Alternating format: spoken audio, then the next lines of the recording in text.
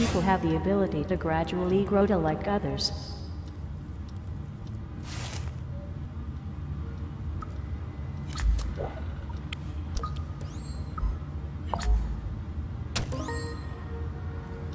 Your common sense may not be the world's common sense. Values are never the same.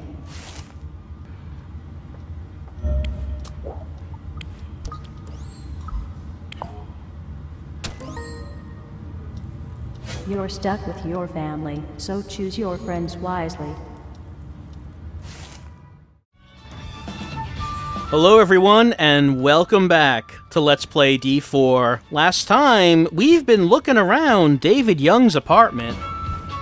We explored pretty much the whole thing, and we were finding out the deal of what's been going on with David Young in the past couple of years of his life, as he's been investigating the murder of his now deceased wife, Little Peggy Young, who was murdered in their bathroom, which is right over here.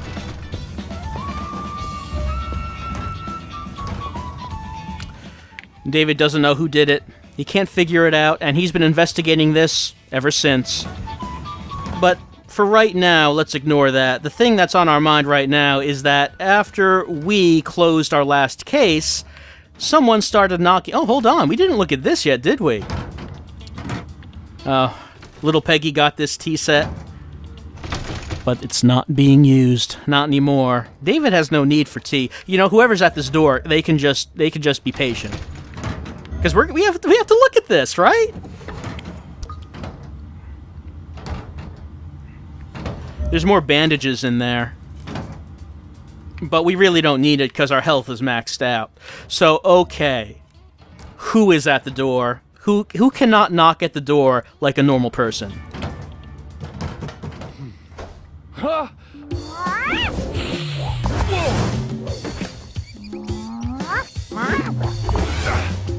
Oh, hold it!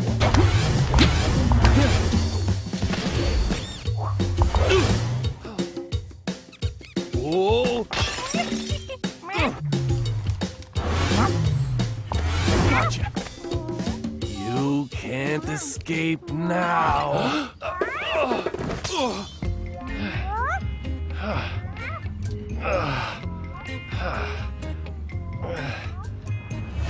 This is Amanda. She just suddenly started living here one day. She sometimes goes out and gets food for us. And that's something of a lifeline for me, as I don't really go outside. Just who she is, though, well, my memory holds no answers.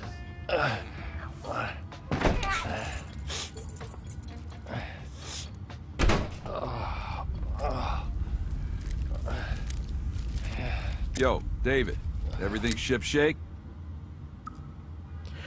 Every so often in these conversations, we'll have a choice of how we want to respond. This won't affect the story or anything, but we have to decide on which is the most likely answer for David to give. And whichever answer we give, we'll give some modified dialogue in response. Let's just say that David is feeling not bad. As you can see, Teddy. Someone definitely got the jump on you. Forrest Kaysen, a detective with the Boston Police Department, and my former partner. He still helps me out nowadays in my search for Dee. He's both a client and a source of information. He gets whatever I need.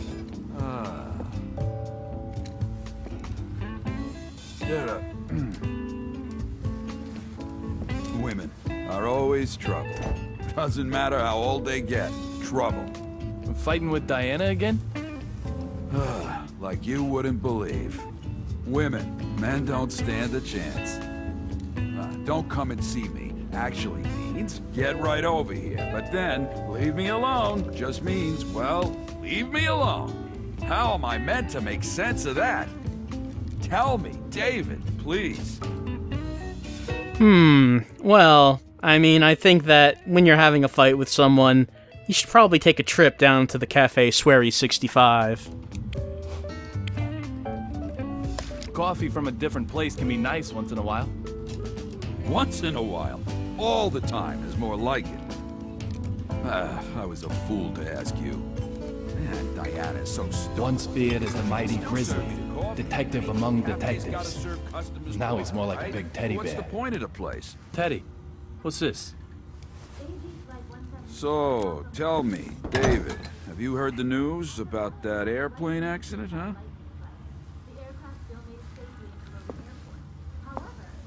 Access Gate Airways Flight 117, struck by unexplained lightning?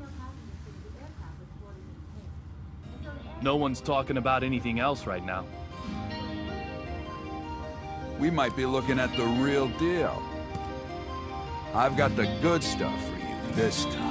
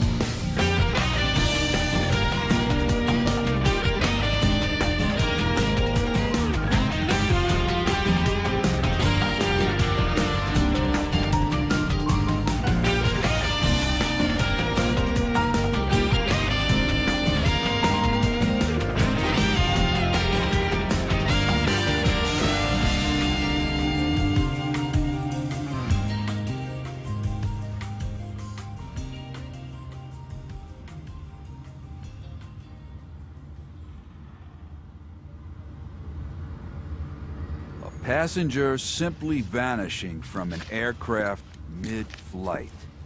Does that sound possible to you? Antonio Zapatero, otherwise known as Rabbit. He's a courier who only carries real blood. This one promised to provide evidence after being brought to Boston. Evidence that may well have led to the ID of the source of real blood. But then the lightning struck, and in the confusion, he vanished. He escaped somehow? No. When I say vanished, that's pretty much what I mean. Like something out of a magic act. So, clue me in. What makes this one the real deal? The name of the boss he was going to give up? Apparently starts with the letter D. This courier might have had evidence revealing the identity of D. So, interested yet? Let me ask you again. A passenger simply vanishing from an aircraft mid-flight.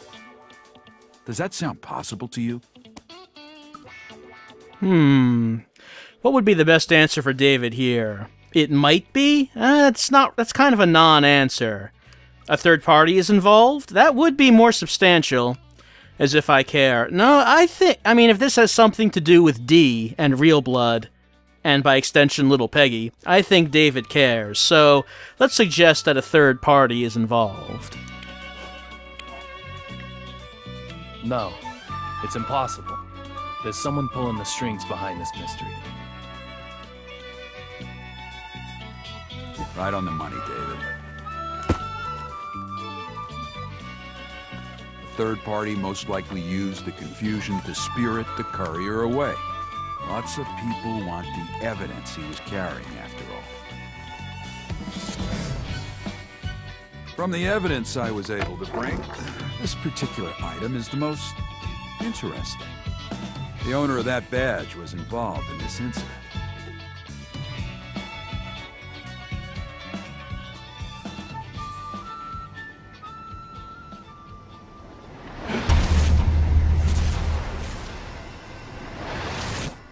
Well? No doubt about it. This is a memento. Great. It's yours then. Let's hope it's the last one you'll ever need.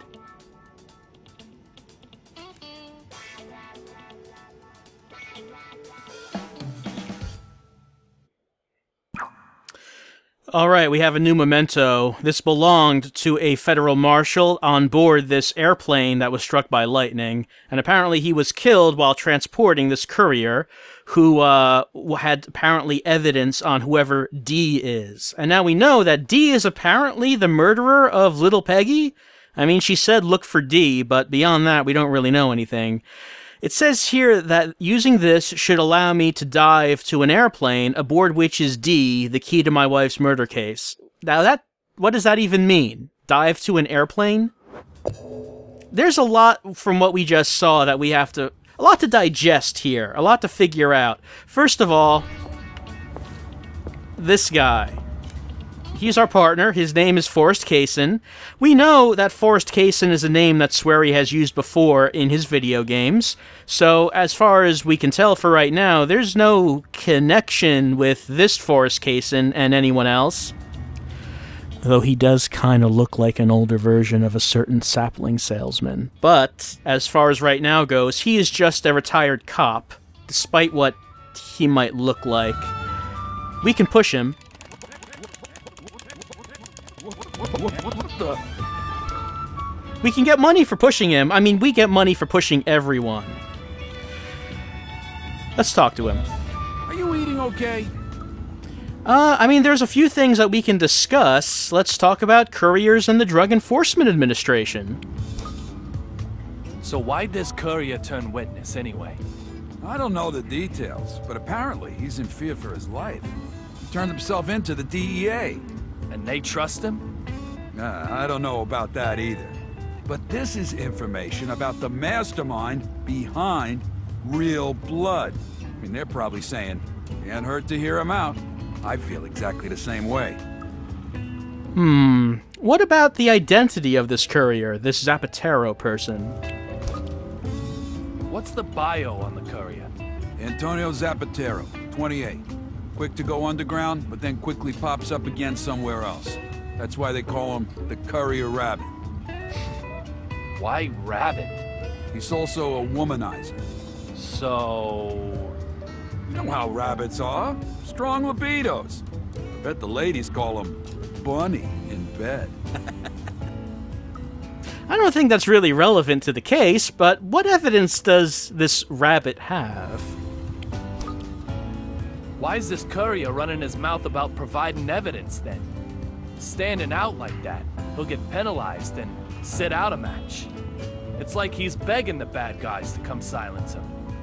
It's a real blood case, after all. I mean, a regular courier wouldn't talk, even if it meant death. If I had to choose between jail and hell, oh man, I'd still choose lockup. There's something behind all this. You might have noticed David Young giving a little hockey metaphor about having to sit out a match. Yeah, David will do that. I guess Teddy's used to it, but yeah, that's a little turn of phrase that David likes. But it does bring up a point about why would this courier be turning evidence if he's working for whoever's running Real Blood. We don't seem to know why. So it's all a big conspiracy? Don't ask me. There are people who have conspiracy theories about your case, though. You lost your beloved wife, and I lost the best partner a cop could ever ask for. Yeah, the more you think about the questions, the more distant the answers become. Humans may not have the ability to understand the complete truth. Well, what about the BPD? How are they involved with this Real Blood case? So how are the BPD tied up in this? The BPD has the Special Drugs Unit, after all. The team you once belonged to. Once.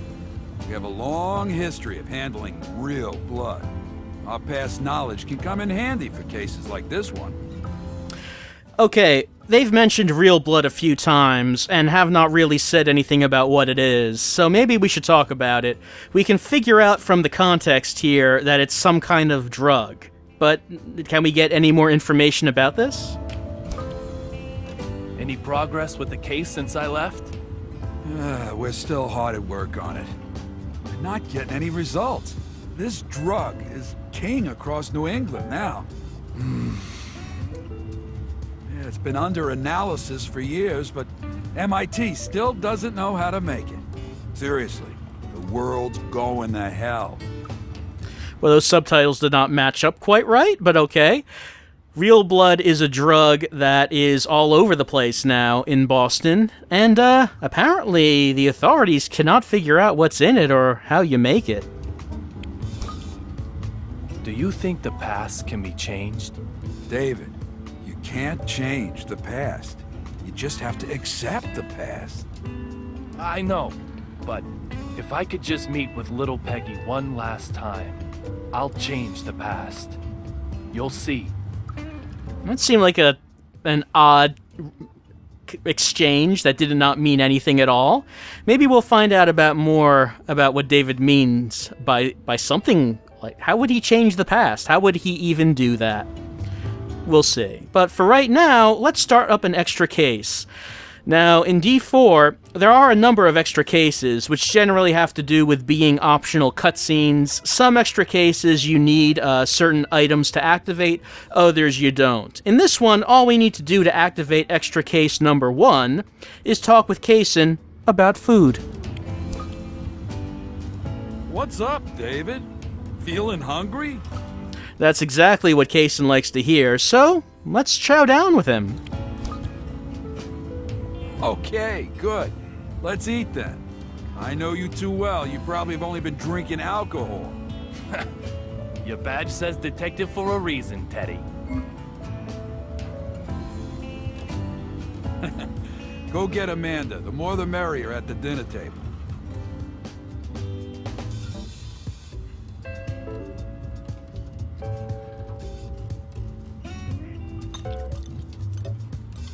Tell me, Teddy, what's up with you and Diana? Nothing much. It's just how we roll. New York versus Boston again? That's the root of it. But both of you are originally from New York. I thought you'd be double teaming me. I've been living in Boston for 30 years, man. I'm a Bostonian now, body and soul. Diana doesn't see it that way? Nah, she's still got her head stuck right up in New York. So what was it this time? Baseball? Basketball? Not football. Nope. Something bigger. But what's bigger than sports rivalry? Oh, this one's bigger. Much bigger. It's all about clam chowder. Clam chowder. Yeah, clam chowder! No matter how you slice it, Boston has the best clam chowder in the world. You're with me on this, right? Right? Huh? Oh, but Diana just can't see it. I've no basis for comparison. What? I've never eaten clam chowder anywhere but Boston. So it's the best in the world by default! Come on. Come on. Come on! Oh, come on, David! Sorry. I can't help you out. I can't say anything absolute that isn't based on personal experience. I need you on this! All I needed you to say was damn straight!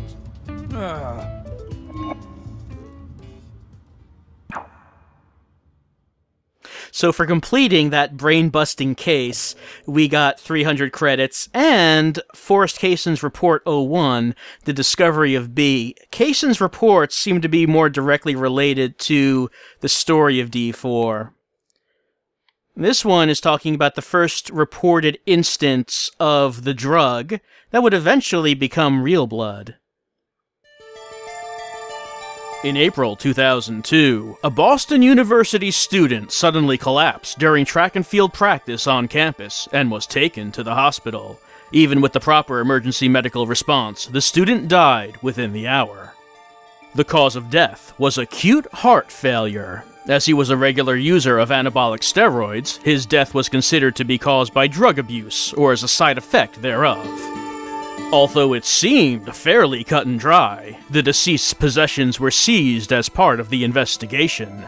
A large volume of steroids were found, entirely backing up the original conclusions. However, among them a new type of unregistered, unrecognized pharmaceutical was also reported. While the general steroids used for doping are enhancers with an anabolic reaction that increases the protein in cells, this new drug not only acted instantly, but also apparently allowed the strength of a user's muscles to be greatly increased with seemingly no physiological changes.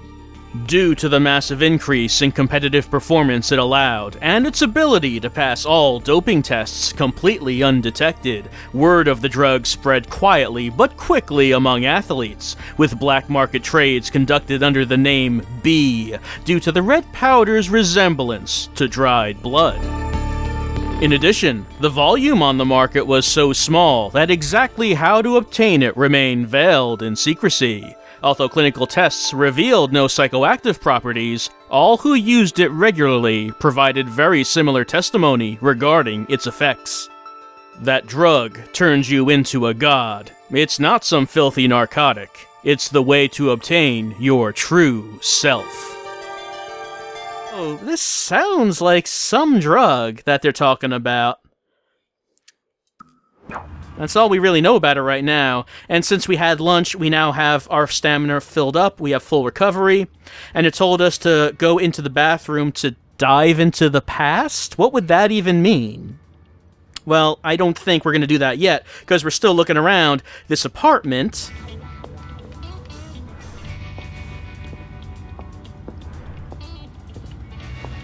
And we did find out some backstory from Kaysen about that he used to be David's partner. They used to be in the special drugs unit. Let's go out into the terrace, since we can go out now. David left the force because of little Peggy's murder to investigate her murder full-time, I guess. There's some animals out here. I'm gonna push them. See, push them. I pushed them good. There's an open window. It's down there. Dim room. Easel and art supplies, canvases lined up. Binoculars, a plain young man, smooth blonde hair, sad blue eyes. An artist? No, a boarding student. Nothing sticks out to me. I hope there's some kind of payoff to that at some point, because I haven't found one yet in Season 1. We could just hang out here like we used to do with little Peggy. Pushing animals. I still think every game should have a push mechanic.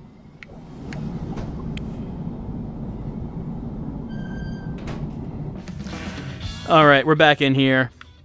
Now, someone else that we met a few minutes ago is her. Amanda. Smells like grass, duck feathers in whiskers. She is a character in this game, so that means...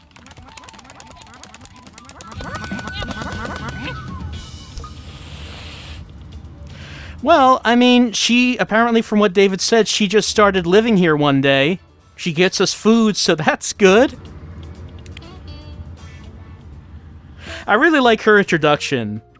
This is Amanda. She just started living here one day. So, I mean, David seems okay with it. So, Amanda is the shopkeeper in D4. We can buy all kinds of food from her. There's also the rabbit's foot, which I already bought. By the way, I guess I should explain that. I mentioned that when stamina goes down to 0, it's kind of a game over. Basically, when it does that, we'll have the option to retry whatever it was that, that killed us, or it will give us the option to go back to the apartment, and so we can rest up and heal up and try again. I just about have all my stamina, so let's say, I'll buy some potato chips. Why not? I have so much money. I mean, you might usually you should not spend money that you don't need to spend, but it's not a problem for me anymore. You see, you might notice there are a lot of X's on the screen. Like, for example, it says clothes, clothes 2, soundtrack. You can buy so many clothes in this game, and you also buy the records manually that you play on the record player, so you can buy the entire soundtrack to play on that, and I have, and all of this took so much money. In the upper right, it also says presents. It's X'd out for right now, but we'll see what that's about at some point. For right now, there really isn't anything that we can do with Amanda's shop. But she's there in case we need anything. Now, another room we tried to go into before, but we weren't able to, was the bedroom. David didn't want to go in here until we closed that Dominic Bean case. Alright, let's take a look around. White fur left on the bed.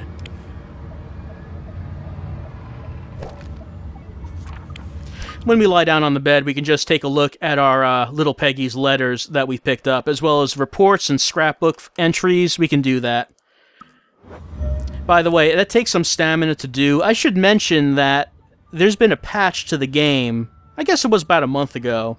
And one of the things that the patch did was it reduced the amount of stamina that your actions took. It used to be the case that doing everything took up more stamina than they do now. So I guess Swery found that people did not like running out of stamina as they were investigating things. So he turned that down. This is a wardrobe. There is a lot in here to go over. I mentioned that there are a lot of clothes to buy, not just for David, but for Amanda, for Forrest, and Olivia Jones, who we haven't met yet. Oh man, there are so many clothes. I'm going to change my clothes. Different options that we have.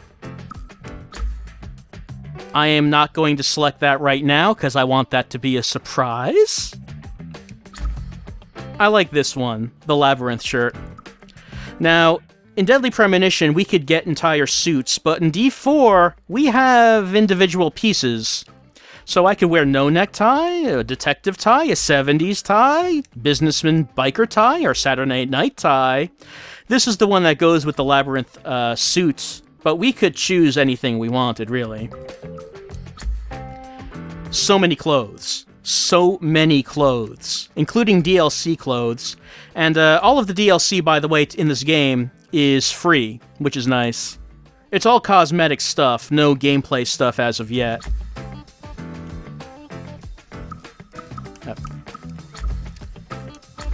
Just take a look through these different shoes.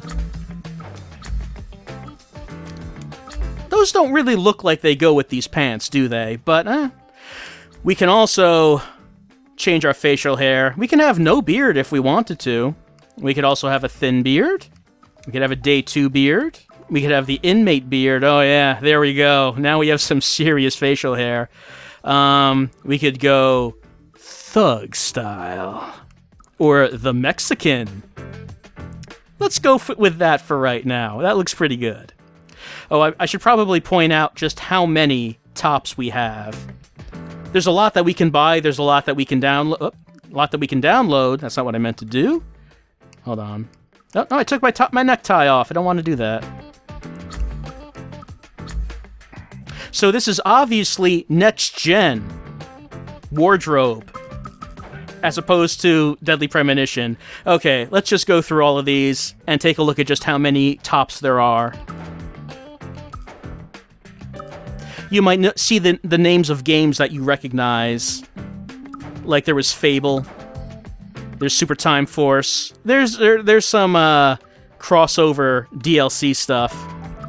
86 tops. So that is a lot of tops. There are a lot of clothes. Let's change these up a little bit. All right. So let's see. Amanda. That's pretty nice. We can change her ribbon too. The other characters don't have as many clothes as David, since, I mean, it's evident as to that would be the case.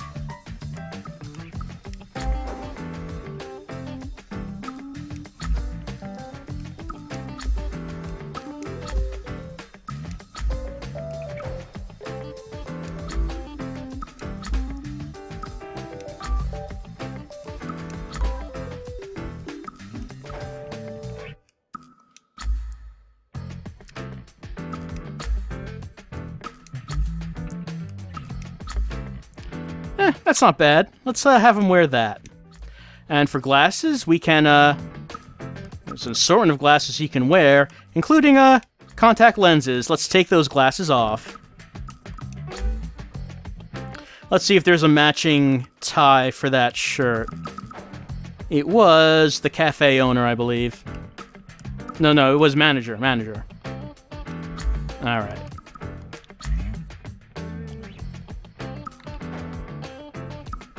So you can spend a lot of time putting clothes on if you want.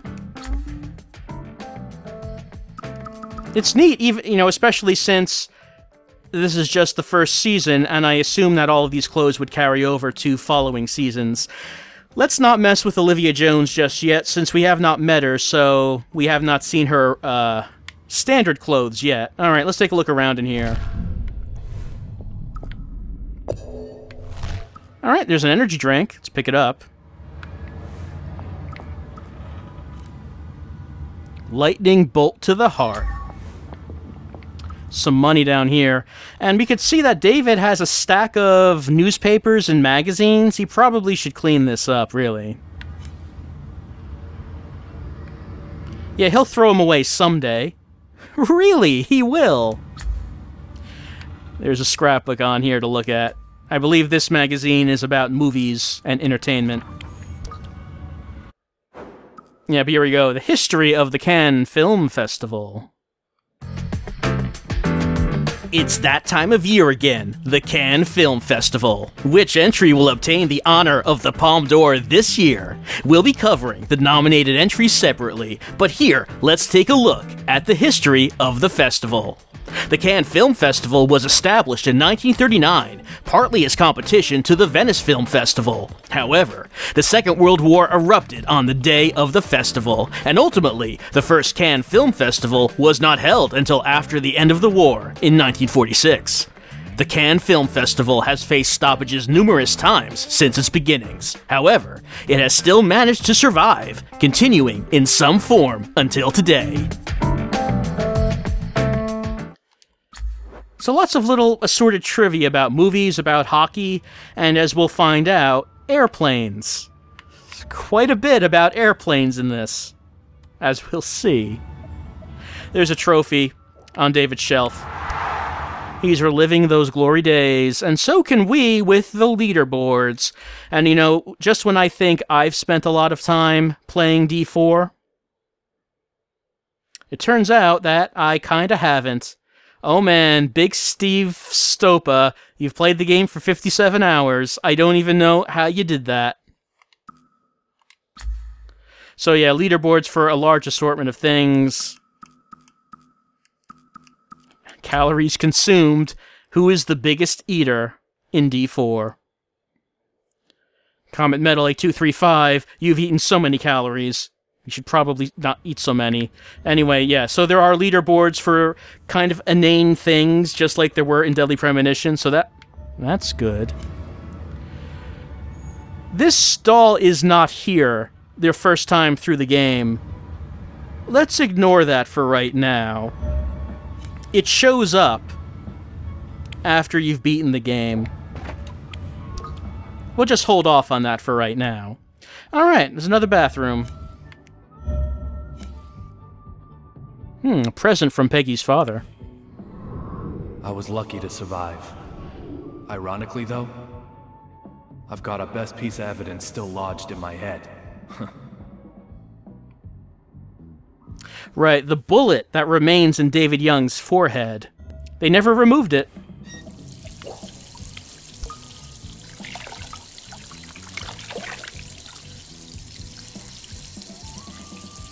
You think it would be important because you would want to run a ballistics check on that, wouldn't you? Find out what gun that came out of. I guess as long as it is in David's head, that can't be done. Alright, so I guess this is the bathroom that they actually use, because there's no way they use the bathroom that we saw before. There's just no way.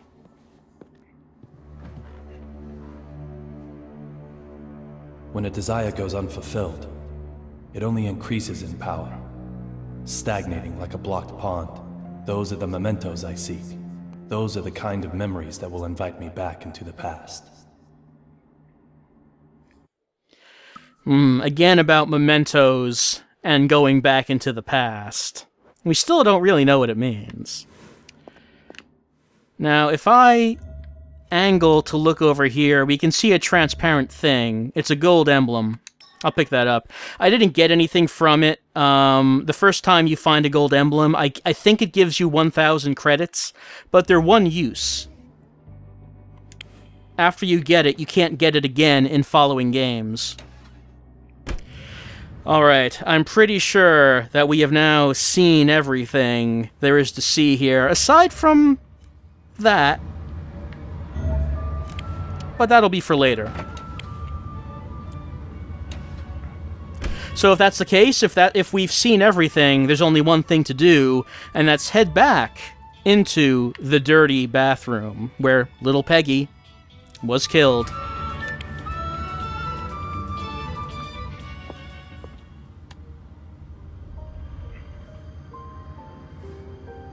Teddy.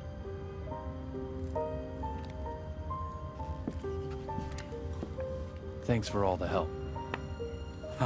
No problem, David. We're partners. You may have quit the force, but that fact won't change. Hell, if you trace it all the way back, if I hadn't asked you to join up in the first place... Teddy.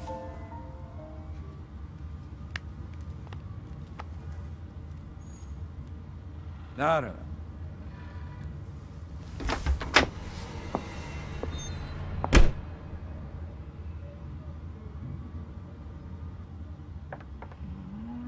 Don't give me that look, Amanda.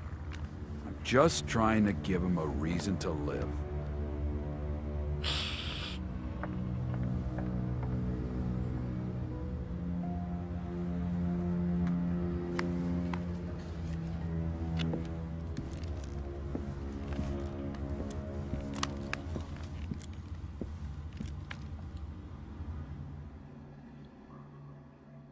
Little Peggy. Time has been frozen for me since that day. Will I see you this time?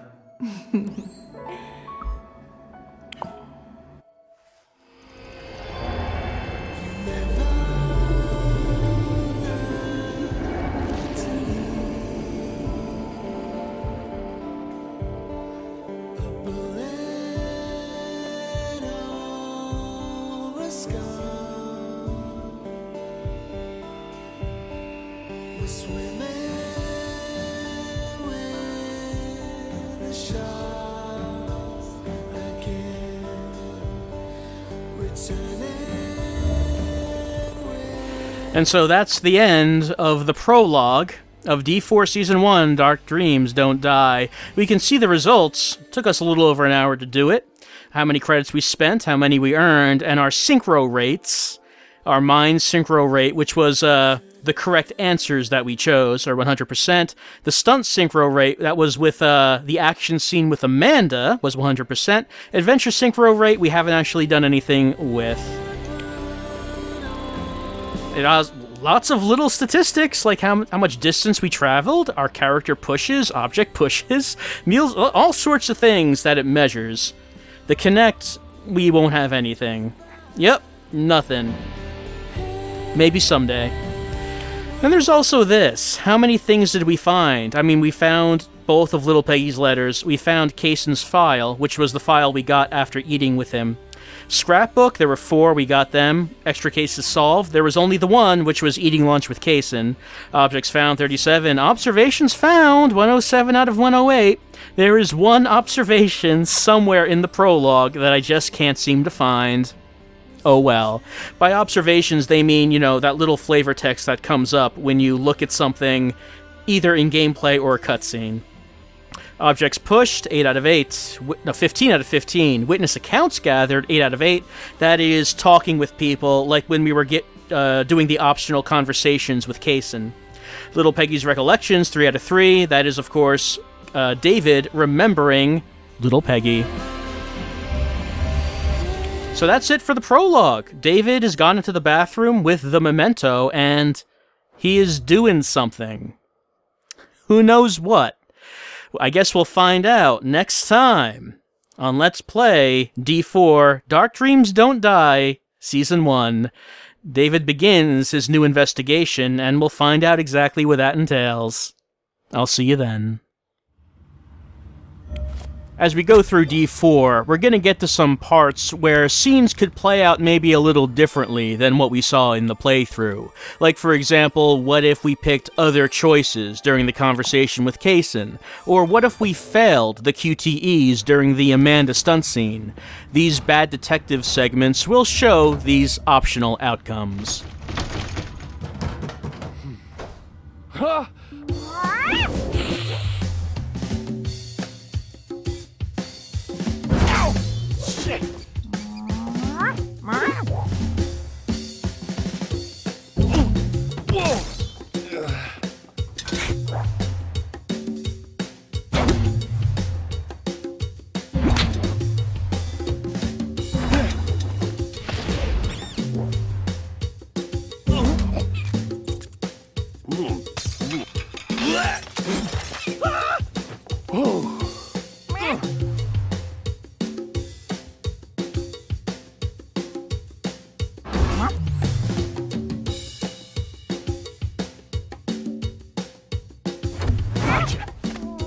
You can't escape now.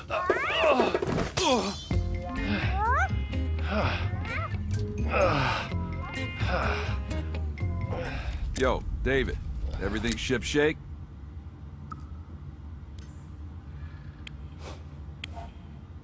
Look at me. What do you think? I knew the answer. Just wondering if you did. Forrest Kaysen.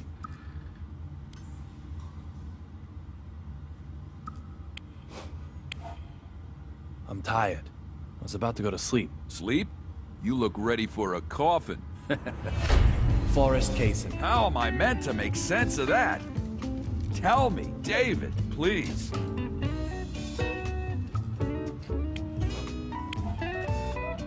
You know you love it. You got the stomach for it. My stomach is stressed out quite enough. Thanks. I was a fool to ask you. Man, Diana's so...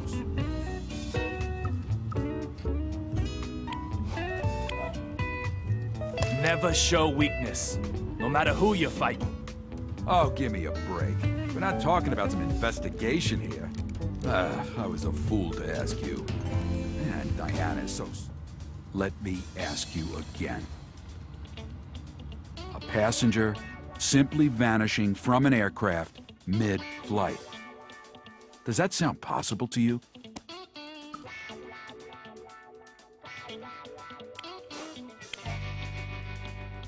Almost anything is possible. That's why you brought this to me in the first place, isn't it? Glad we're on the same page. The courier had the evidence with him. I tell you, there's got to be a third party involved somewhere.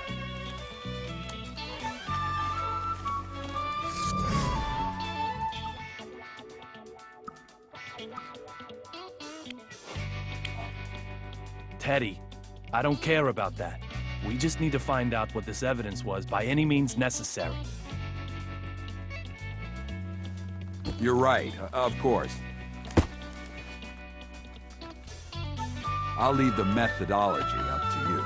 But if you can solve this case at the same time, two birds with one stone.